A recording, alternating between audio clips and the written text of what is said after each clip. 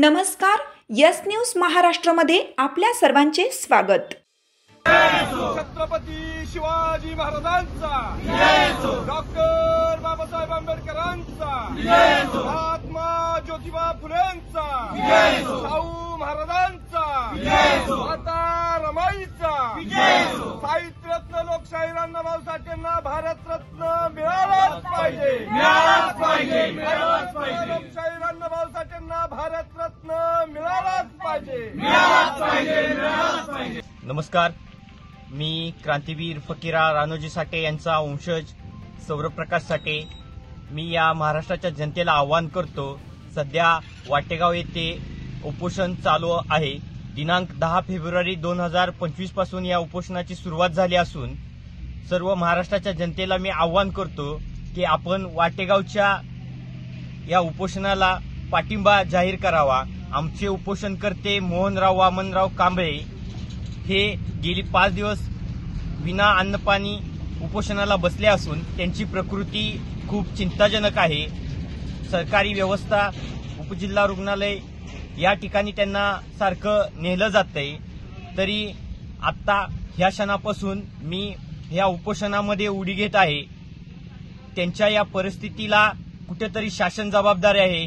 गेली 4 दिवस झाले या उपोषणाचा जो कालखंड चालू असून प्रशासन याकडे दुर्लक्षित करत आहे। मला प्रशासनाचं आव्हान आहे, आमच्या समाजाच्या साठी तुम्ही कोणता तरी ठोस पुरावा घ्या।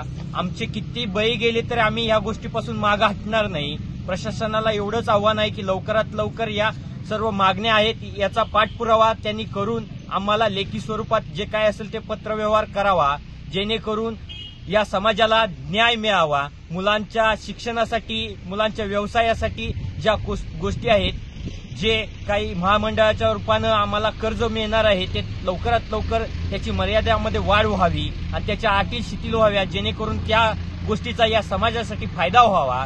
अबकडे वर्गीकरणामुळे आमच्या तरुणांना रोजगार किंवा नोकरीमध्ये त्याचा लाभ होईल, तर शासनाने या सर्व गोष्टींकडे एक कटाक्षतेने पाहावं।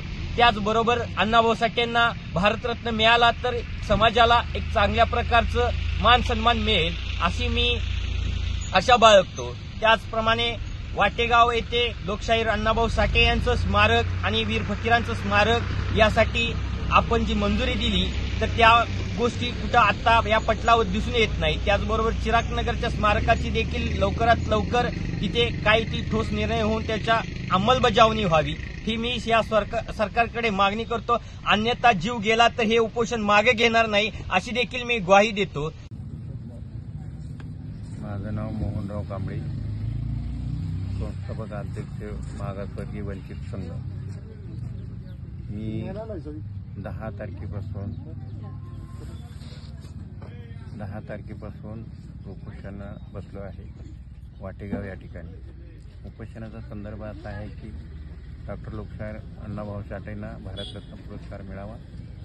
नंबर 2 आहे की त्यांचं जे स्मारक आहे वाटेगावमधलं लवकरात लवकर त्याची पाठपुरावा करून ते स्मारक निर्माण करावं, तसंच फकीरांचं स्मारक सुद्धा त्याच्याचबरोबर व्हावं। या 2 मागण्या अतिशय महत्त्वाच्या आहेत। तिसरी मागणी आहे की ती अ ब क ड वर्गीकरण झालं पाहिजे। फक्त सरकारने काय केले, आयोग नेमला म्हणता आयोगाला मुदतवाढ दिलेली नाही, ती मुदतवाढ देऊन लवकरात लवकर त्याची अंमलबजावणी करावी। त्याचबरोबर आमची चौथी मागणी अशी आहे की ती महामंडळामध्ये ज्या जाचक अटी आहेत शिथिल करून लोकांना त्याचं कर्ज उपलब्ध करून द्यावं। बऱ्यापैकी समाजाचा सुधार होईल।